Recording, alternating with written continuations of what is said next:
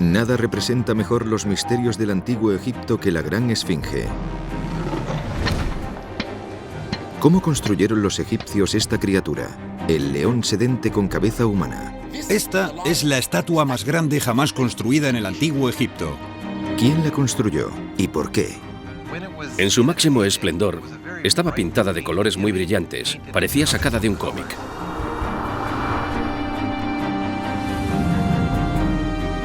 Los enigmas de la Esfinge han cautivado a todo el que ha posado la vista en ella, desde emperadores a presidentes.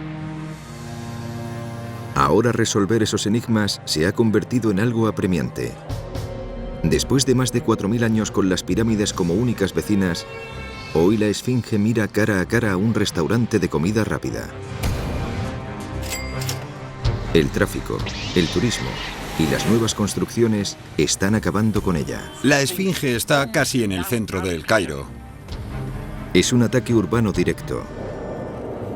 Antes de que sea tarde, dos equipos de científicos y arquitectos se enfrentan a los viejos enigmas de la Esfinge. No es nada fácil. Se sumergirán en el mundo del antiguo Egipto, un mundo de faraones y pirámides, de animales divinos y momias, de adoración al sol y de sacrificios humanos.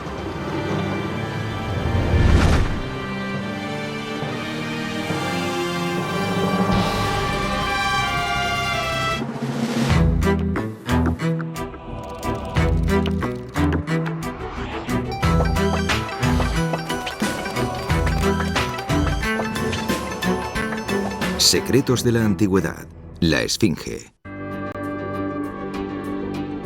Unas gigantescas garras, tan largas como un autobús, se extienden ante ella. Una enorme cola se esconde a su espalda. Y su colosal cuerpo, cuyo peso equivale a 50 Boeing 747, se apoya sobre unas patas listas para saltar. Pero este león tiene una cabeza humana del tamaño de una casa. Porque esta es la Gran Esfinge.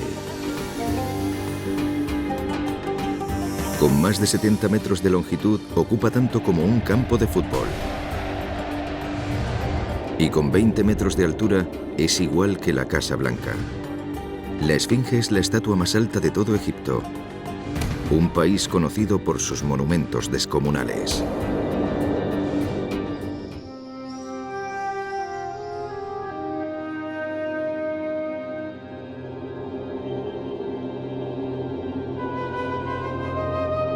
A lo largo de la historia ha habido miles de esfinges. Pero esta, la Gran Esfinge, fue una de las primeras. Y es con diferencia la más grande jamás construida.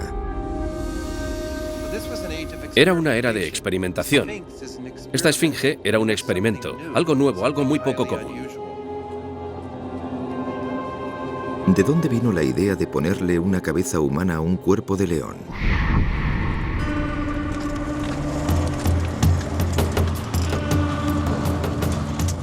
El arqueólogo Günter Dreyer realiza una investigación en el desierto de Abidos, a unos 400 kilómetros al sur de Giza y de las pirámides.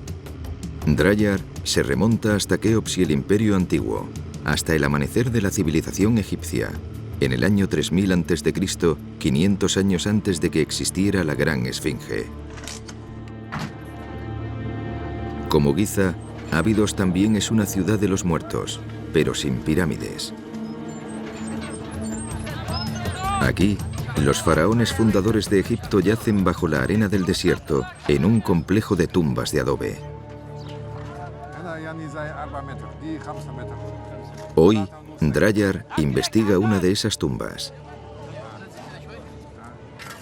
La tumba consta de 3 grandes cámaras bajo aquel túmulo de allí. Justo delante hay 3 hileras de enterramientos secundarios, 35 en total. La cámara principal fue saqueada en la antigüedad y el cuerpo real fue robado. Pero las inscripciones descubiertas en el interior revelan un nombre, Faraón Aja. el primer rey de la primera dinastía de Egipto.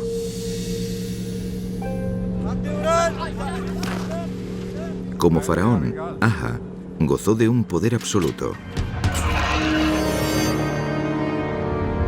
La excavación de Abidos ha desvelado evidencias de sacrificios humanos. Los esqueletos de 35 adultos sanos, casi todos menores de 20 años y todos ellos parte de un enterramiento masivo. Incluso en aquella época no era natural morir a esa edad, por lo que podemos concluir que fueron enterrados para acompañar al rey en la otra vida, para servirlo durante toda la eternidad. El faraón y sus bienes terrenales están enterrados en un extremo del complejo, acompañados por las 35 víctimas de los sacrificios humanos en tumbas de menor tamaño. En la última tumba aún hay más huesos, pero no son humanos. Para tratar de identificarlos, se compararon con esqueletos modernos. Encontramos muchos huesos de animales, especialmente huesos de leones. Eso fue toda una sorpresa. Varios leones murieron y fueron enterrados al mismo tiempo que los humanos jóvenes, lo que demuestra que también fueron sacrificados. Pero, ¿por qué estos leones fueron enterrados junto al faraón? El rey se identifica con el león para demostrar su poder. Es una demostración de poder. Las excavaciones de Drayar revelan que los primeros faraones de Egipto gozaban de mucho poder, suficiente como para ordenar el sacrificio ritual de docenas de personas. Y el sacrificio de los leones da la primera pista para desvelar el enigma de la forma de la esfinge. El león simboliza el poder del faraón.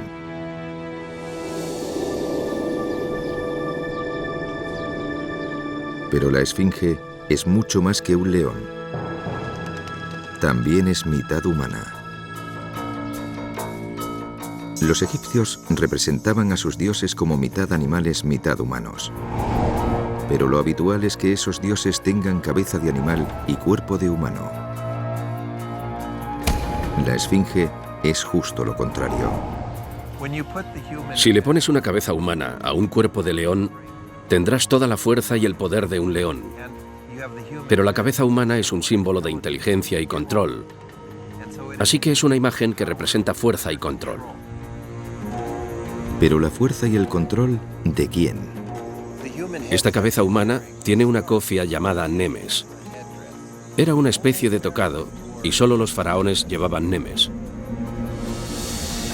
De modo que la esfinge es un dios y un faraón. Y cuando había que simbolizar la fuerza del faraón, cuanto más grande, mejor. Durante los siguientes 500 años, las tumbas de los faraones se hicieron más y más grandes. De cámaras funerarias subterráneas a simples enterramientos en la superficie, y de pirámides escalonadas a las grandes pirámides de Giza. Pero mientras la forma y el tamaño de las tumbas reales evolucionan lentamente, la gran esfinge no tiene ningún precedente. Fue la primera vez en la historia de Egipto en la que se creó una escultura de ese tamaño. ¿Cómo se creó la esfinge?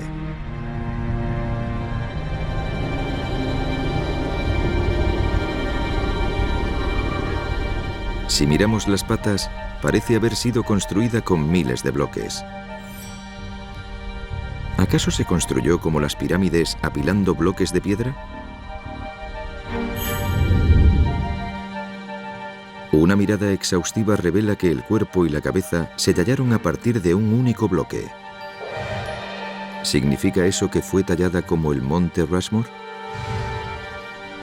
La clave reside en el cuerpo de la esfinge y en las rocas que la rodean.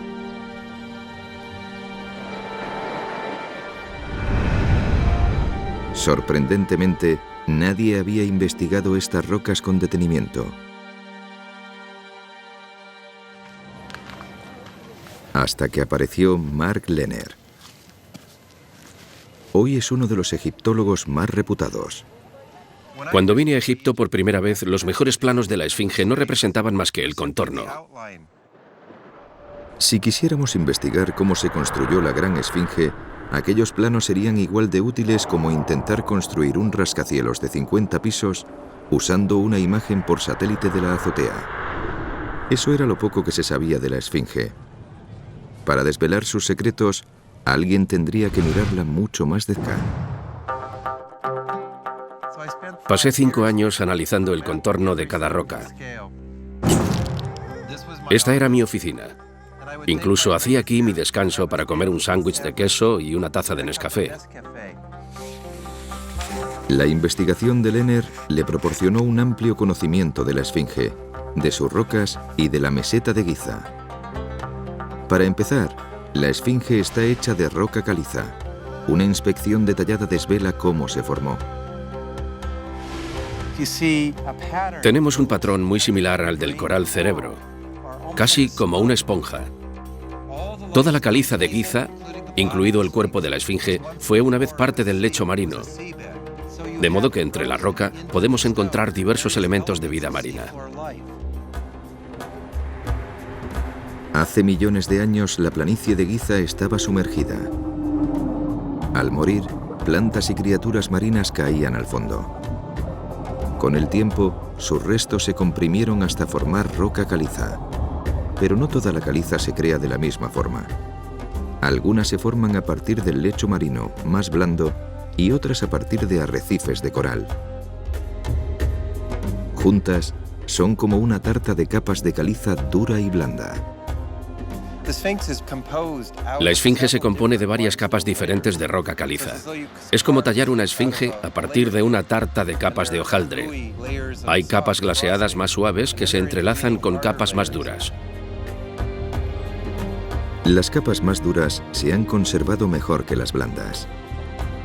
Hoy, su aspecto es muy diferente al de cuando fue construida. La superficie exterior ha sido erosionada por más de 4.000 años de viento, agua y arena. En el lado derecho del pecho de la Esfinge podemos ver cómo la erosión ha hecho que las capas más blandas se retraigan, mientras que las capas más duras sobresalen. Para Lehner, el proceso que ha seguido la erosión es otra de las pistas sobre cómo se construyó la Esfinge. Las últimas restauraciones han ocultado estas pruebas, pero las fotografías de los años 20 las muestran con claridad. Tanto en el cuerpo de la Esfinge como en las paredes de lo que se conoce como la fosa de la Esfinge. La erosión es como una huella dactilar. Y cuando Lehner compara el cuerpo de la Esfinge con el lateral de la fosa, encajan perfectamente. Estamos seguros de que estas son las mismas capas de roca natural que forman la pared sur de la fosa de la Esfinge. Lehner identificó más capas de roca justo delante de las garras de la Esfinge, en las ruinas de un edificio conocido como el Templo de la Esfinge. Aquí, sobre los enormes bloques de roca que una vez fueron los muros del templo, descubrió la misma estructura de capas blandas y duras que conforman la Esfinge. Podemos ver que las capas se extienden de manera continuada de un bloque a otro a lo largo de muchos de los bloques que forman los muros del templo. Este es un estrato geológico y la franja amarilla es un estrato geológico más blando.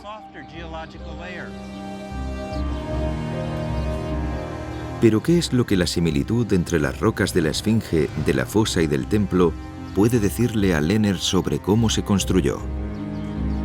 Los egipcios excavaron una fosa con forma de herradura, dejando un núcleo que formaba un bloque a partir del cual tallaron la Esfinge. Después, movieron las rocas, a veces en bloques de hasta 100 toneladas, hasta la terraza inferior, y allí levantaron los muros del templo de la Esfinge.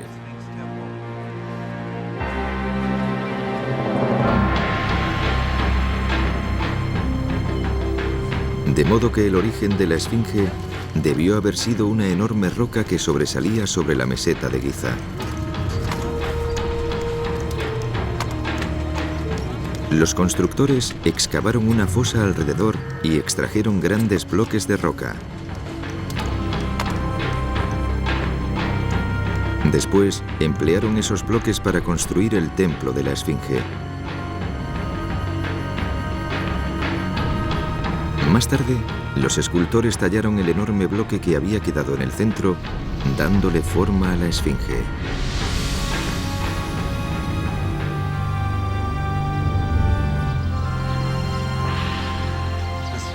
La esfinge se talló directamente a partir de la roca madre de la meseta de Giza.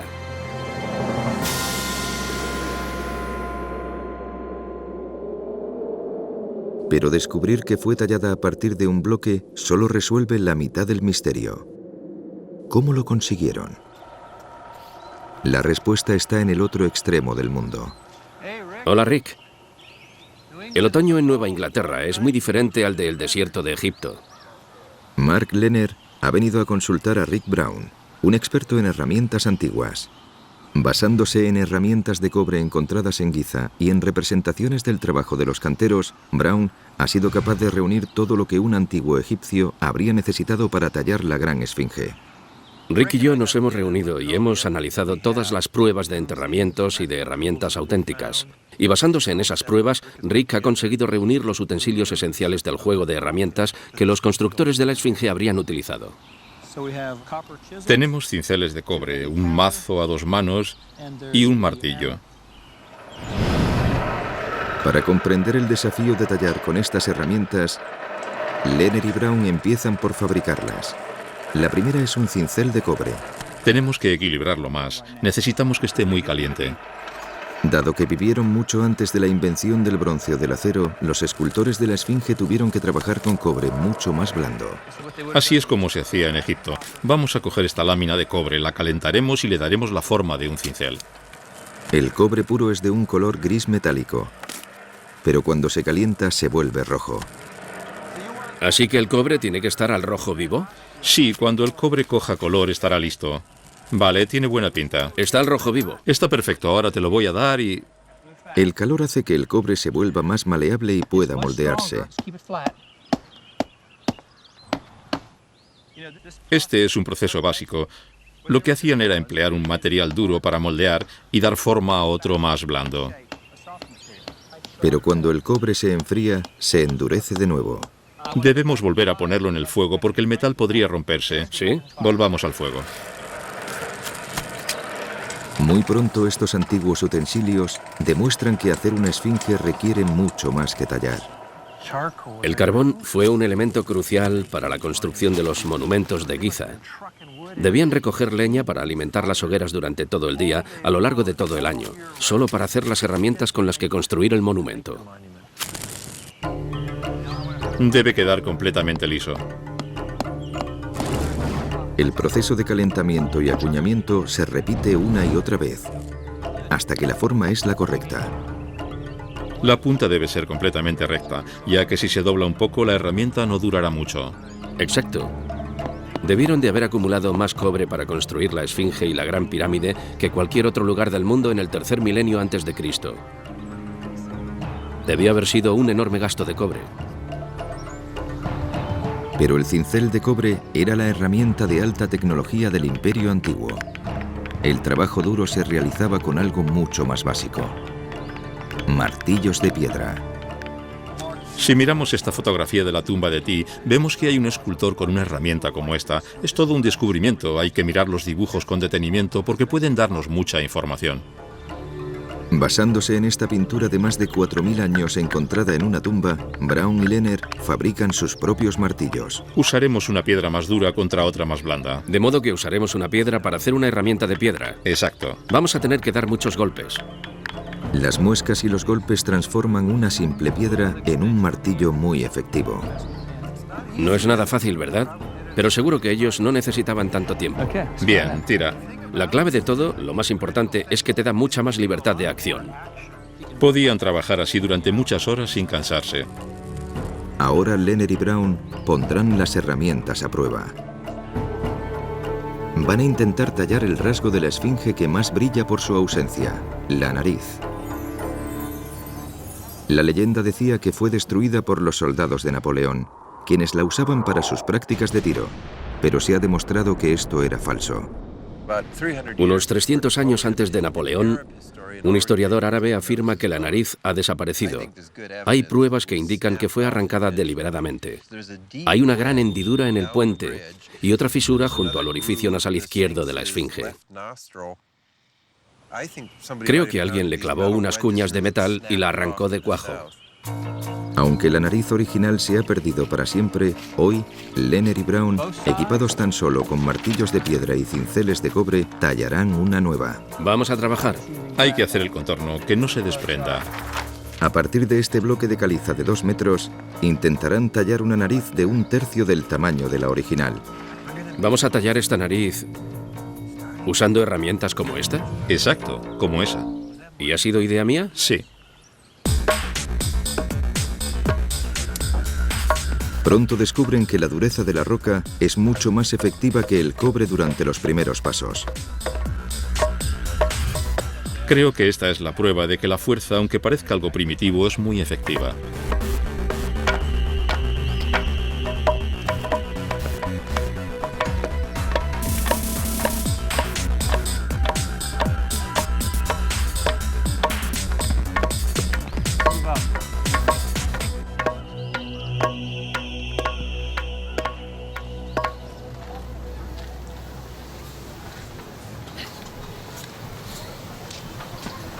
Zahi Hawass, secretario general del Consejo Supremo de Antigüedades de Egipto, es el guardián oficial de la Esfinge. Ha inspeccionado este colosal felino de la cabeza a los pies en busca de pistas sobre cómo se construyó. Sabe que los datos geológicos indican que fue tallada en la roca. Pero ¿por qué la parte inferior parece hecha de bloques como los de las pirámides? Hawass busca respuestas en la forma y en el tamaño de los bloques. Si nos fijamos en las patas de la esfinge, encontramos los característicos bloques de roca romanos del siglo 30 a.C. Ellos vinieron y le añadieron esto a la esfinge. Entre las patas de la Esfinge, Zahi Hawass encuentra bloques de 4 periodos diferentes. Siglo 30 a.C., 1550 a.C. y ese es del 2600 a.C. Hawass concluye que durante miles de años egipcios, griegos y romanos han estado cubriendo la Esfinge con bloques. ¿Pero por qué? La respuesta puede estar en una fuerza oculta que ataca a la caliza del cuerpo de la Esfinge y a la fosa que la rodea.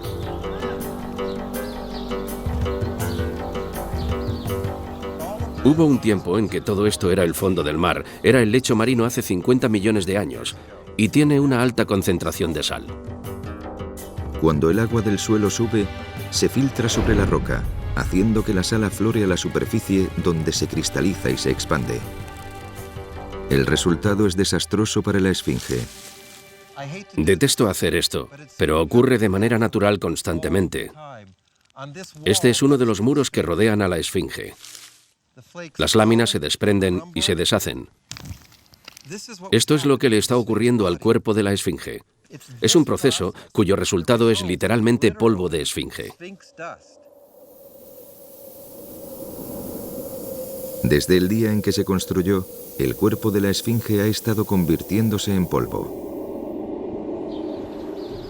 Los bloques colocados por egipcios, griegos y romanos pretendían evitar y ralentizar el deterioro del cuerpo, en especial las partes más vulnerables talladas en caliza blanda. Después de días de trabajo, los cinceles de cobre y los martillos de piedra apenas han abierto una grieta. A menos que Brown y su equipo decidan tomar un atajo, a este paso es poco probable que consigan tallar una nariz en un futuro próximo.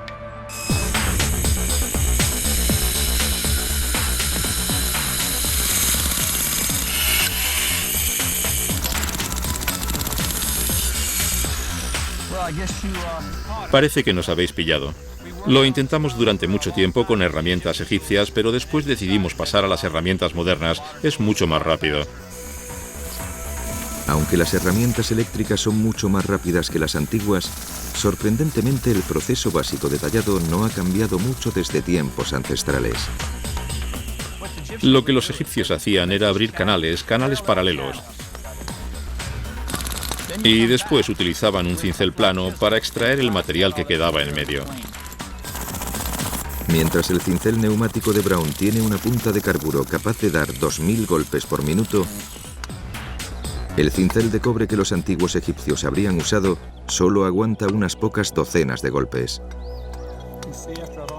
Después de avanzar el equivalente de unos 10 centímetros, la herramienta ha quedado casi inservible.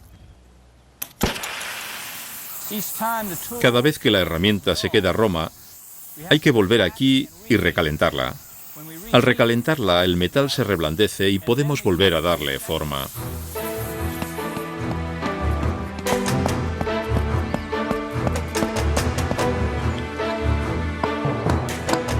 Brown desgasta las herramientas a una velocidad extraordinaria.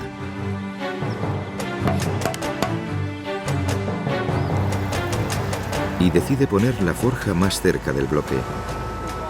Hemos trasladado la forja más cerca de la roca porque estamos desgastando los cinceles a tal velocidad que así podremos usarlos, gastarlos, darles forma y seguir trabajando inmediatamente, que probablemente sea lo mismo que se hacía en tiempos de los egipcios.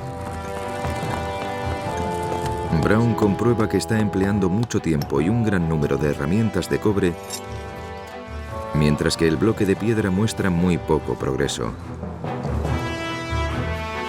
Aunque solo tiene un tercio del tamaño de la original, resulta difícil imaginar que este bloque de roca algún día se convertirá en una nariz. Pero es aún más difícil imaginar lo que sería tallar toda la gran esfinge. Es obvio que solo un faraón podría llevar a cabo algo así, pero la pregunta es, ¿cuál?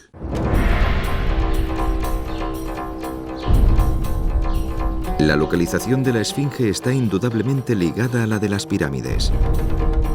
Quien quiera que las construyera, probablemente también construyó la esfinge. El problema es que la esfinge parece asentarse entre dos pirámides construidas por dos faraones diferentes. La más grande y más antigua fue construida por el faraón Keops, quien reinó en torno al 2500 a.C. Su hijo Kefren construyó la segunda un poco más pequeña. Rainer Stadelmann, un reputado egiptólogo, cree que la cabeza de la esfinge representa al faraón que la construyó. Stadelmann compara el rostro de la esfinge con el rostro de los faraones, con la esperanza de revelar su identidad.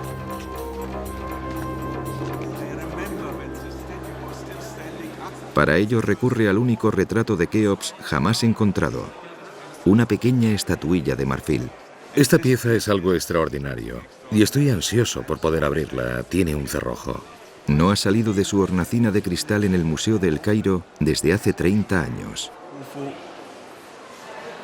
Es algo que jamás pensé que podríamos llegar a hacer. Esta estatua es una obra maestra.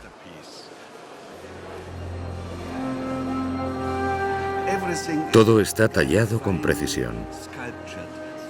Es tan detallada que podemos comparar esta estatuilla con el enorme rostro de la esfinge. El rostro para mí es el mismo de la esfinge, una cara cuadrada, con los labios un poco apretados y con los ojos saltones. Pero también hay una pista menos subjetiva. A diferencia de su hijo Kefren, constructor de la segunda pirámide, Keops no tiene barba. Esta estatuilla no tiene barba, así que no me cabe duda de que la esfinge, que tampoco tiene barba, es una imagen de Keops. Pero Mark Lehner encuentra pruebas de que la esfinge inicialmente tenía barba y cree que el rostro de la esfinge es el del hijo, Kefren. Una posible barba explicaría ese misterioso bulto en el pecho de la esfinge.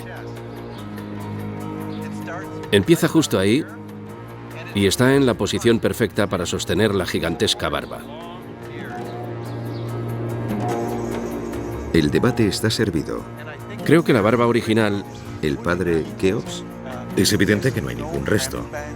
o su hijo? no lo sabemos. La crisis de identidad de la esfinge no podrá resolverse solo por los rasgos del rostro.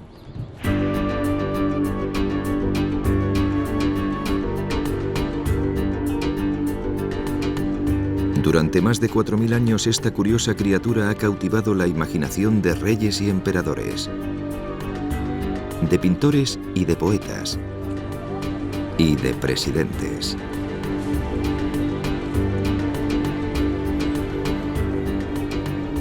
Hoy la esfinge es el rostro de Egipto, un símbolo de sus misterios ancestrales. ¿Pero qué significaba para los antiguos egipcios?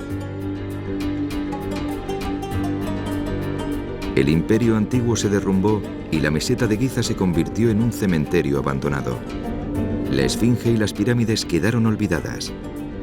Transcurrieron casi 1000 años y el poder de los faraones resurgió durante un periodo conocido como Imperio Nuevo, que comenzó en torno al 1500 a.C. Pero siglos de viento y lluvia erosionaron el frágil cuerpo de la esfinge. Y las arenas del desierto la enterraron a la altura del cuello.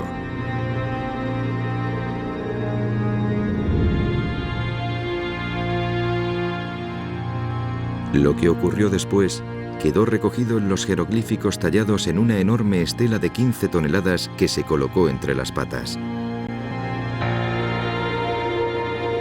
Las inscripciones hablaban de un héroe que rescató a la esfinge. Un joven príncipe retiró la arena y la esfinge lo recompensó convirtiéndolo en rey. Su nombre es Tutmosis. ¿Quién fue el primer restaurador de la historia? Yo diría que Tutmosis IV. Él ordenó a sus súbditos que construyeran estos 2 enormes muros de adobe para proteger a la esfinge de la arena. Junto al costado izquierdo de la esfinge y sobre los muros de la fosa hay restos de un muro de adobe. Algunos de los ladrillos están tallados con el nombre de Tutmosis. Cubiertos originalmente de yeso, los muros se elevaban hasta casi 8 metros de altura.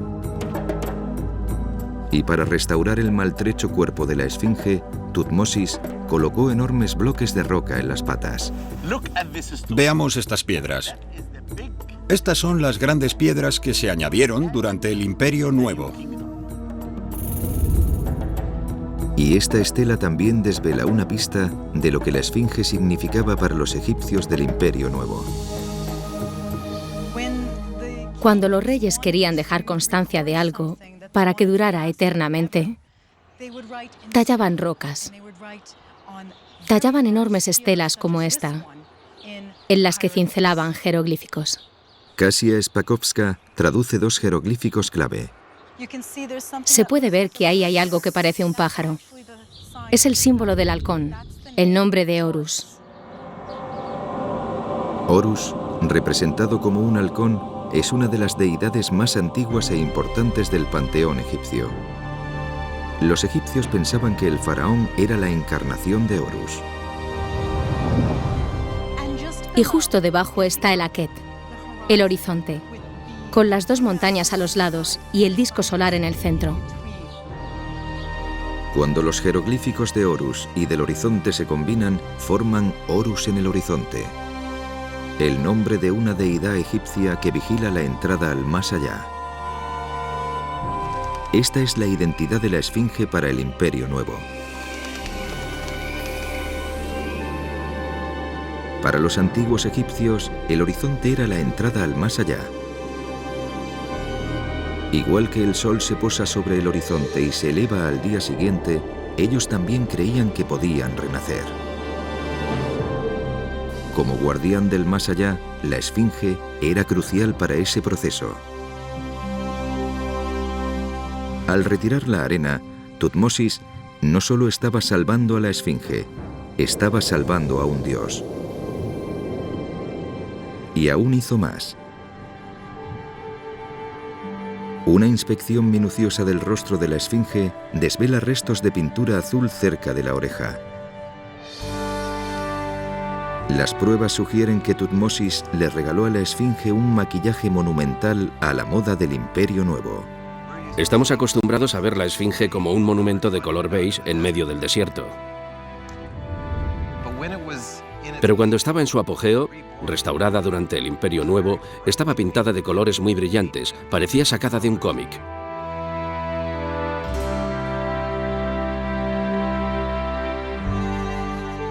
Probablemente el rostro era rojo y es posible que el tocado fuera amarillo y azul. Pintar la esfinge, para los egipcios, sería como hacer que cobrara vida. La gran esfinge, guardiana de la entrada al más allá, adorada como un dios, con una estatua de su salvador, Tutmosis, que contempla una capilla real situada entre las patas. Protegida del viento y de la arena por un gran muro de contención, y dotada de vida mediante unos colores brillantes.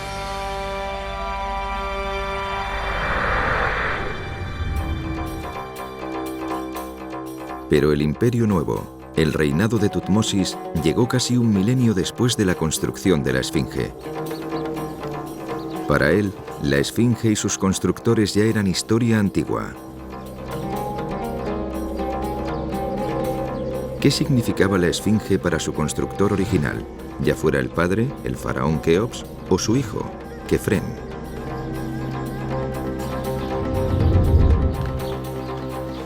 Mark Lehner regresa al templo de la esfinge para resolver el último misterio. Las ruinas del templo se encuentran a solo unos metros de las patas de la esfinge. Sabemos, gracias a otros templos, que Allí Lehner encuentra una serie de misteriosos pilares. son parecidos a los de Stonehenge. Hay 24 pilares. Lehner cree que corresponden a las 24 horas del día. Parece tratarse de un enorme templo dedicado al sol. Esta idea se refuerza con la existencia de dos santuarios internos en los extremos del templo. Este nicho o santuario es simétrico respecto a otro nicho en el lado occidental, de manera que ambos nichos definían los accesos al templo. Probablemente para el sol del amanecer por el este y para el del atardecer por el oeste.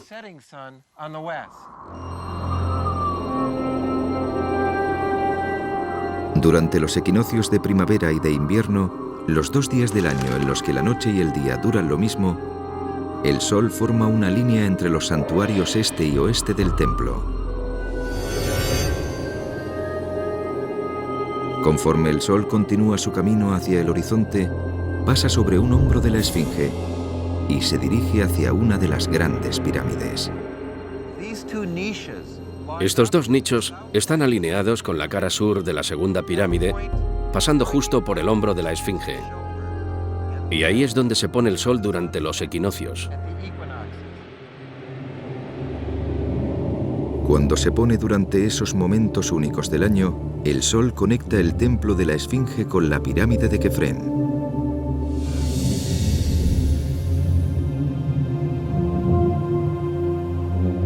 Y puesto que tanto el templo de la esfinge como la propia esfinge son parte del mismo proyecto de ingeniería, debieron ser construidas por el mismo faraón. Esta línea, este alineamiento astronómico, es otra de las pruebas que relacionan el templo y la esfinge con el reinado de Kefren, el constructor de la segunda pirámide.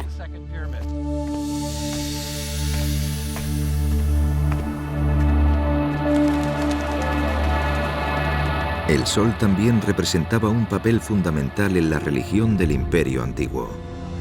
El arte egipcio antiguo representaba un dios que sostenía el disco solar mientras éste viajaba por el horizonte hacia el más allá. Fue uno de los primeros dioses egipcios, el doble león, Ruti.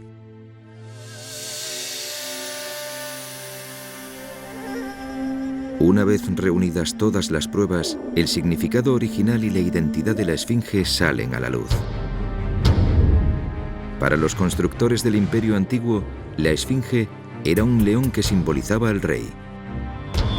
Como Ruti, la esfinge también era un dios, el guardián del horizonte, la entrada al más allá. La alineación solar durante los equinoccios revela que la esfinge, el templo de la esfinge y las pirámides de Kefren están íntimamente relacionados. Su propósito era asegurar el paso del faraón al más allá.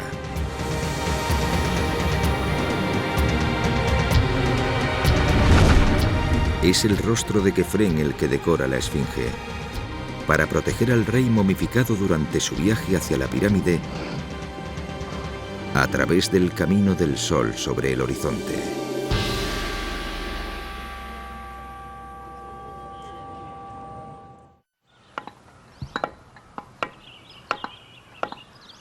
De vuelta en Nueva Inglaterra, Rick Brown y su equipo por fin están terminando la reproducción a escala de la nariz de la esfinge.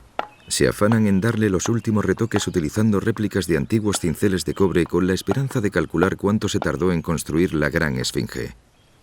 Hola, Rick. Mark, ¿Así que lleváis 2 semanas con esto? más de 2 semanas, durante todo el día. ¿Todo el día? Es una nariz muy bonita. Me gustaría saber cuántas horas ha llevado tallar esta nariz, porque eso nos daría una idea de cuánto se tardó en tallar la gran esfinge. Aunque en ocasiones Brown ha recurrido a la maquinaria moderna para acelerar el proceso, en términos generales ha conseguido calcular cuánto se habría tardado usando solamente herramientas antiguas. Hemos calculado que podríamos dar 200 golpes cada 5 minutos, una y otra vez, y hacerlo durante 8 horas al día. Midiendo la cantidad de roca arrancada, se puede calcular cuánta roca podía extraer un solo trabajador. Una sola persona necesitaría 40 horas para extraer 0,02 metros cúbicos. Basándose en el dibujo a escala de Lehner, calculan cuánta piedra se extrajo alrededor de la esfinge. Esos 2 bloques no hay que contarlos. A partir de ahora habrá que hacer numerosos cálculos para saber cuánto se tardó en tallar la esfinge completa.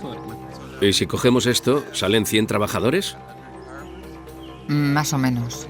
Bien, ¿y calculas que 1 millón? En torno a 1 millón de horas. 1 millón de horas. Sí.